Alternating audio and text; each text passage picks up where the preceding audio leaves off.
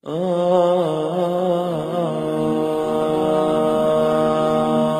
میں سے ایک نماز کا نام ہے صلاۃ العفو، یا اردو میں کہیں العفو، نماز عفو، معافی مانگنے والی نماز۔ صلوات پڑھے محمد والے۔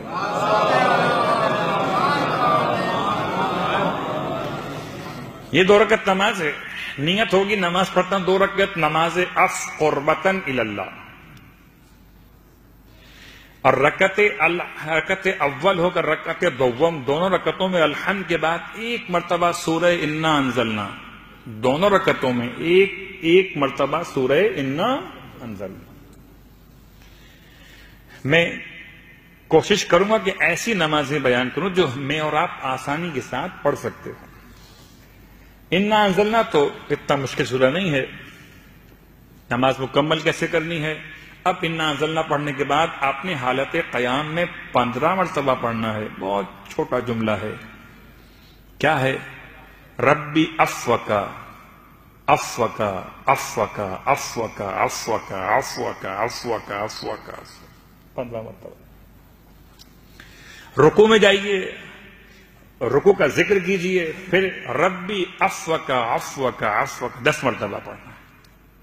بالکل نماز جعفر طیار کے انداز میں، جب کھڑے ہوں رکوع سے سیدھے ہو کر 10 مرتبہ کہیں ربی افوک، سجدے اولا میں ذکر کے بعد کہیں ربی افوک، سجدے اولا سے اٹھنے کے بعد بیٹھ کر کہیں ربی افوک، سجدہ ثانیہ میں پھر ذکر کے بعد کہیں ربی افوکا افوکا افوکا۔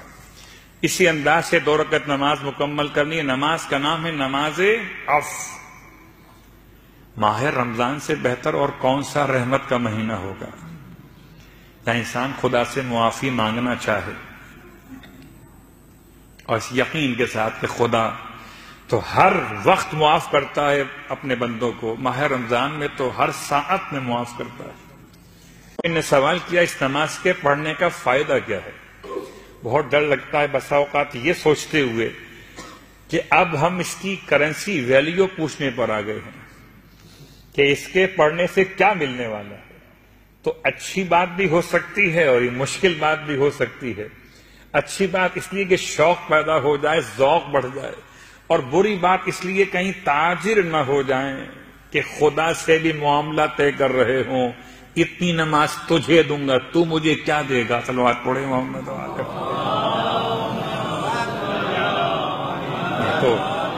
یہ تو امام کے الفاظ ہیں، آپ نے ہزارہا مرتبہ سنے ہیں کہ تاجروں کی عبادت بھی ہے، غلاموں کی عبادت بھی ہے، اور ایک آزاد انسان کی عبادت بھی ہے۔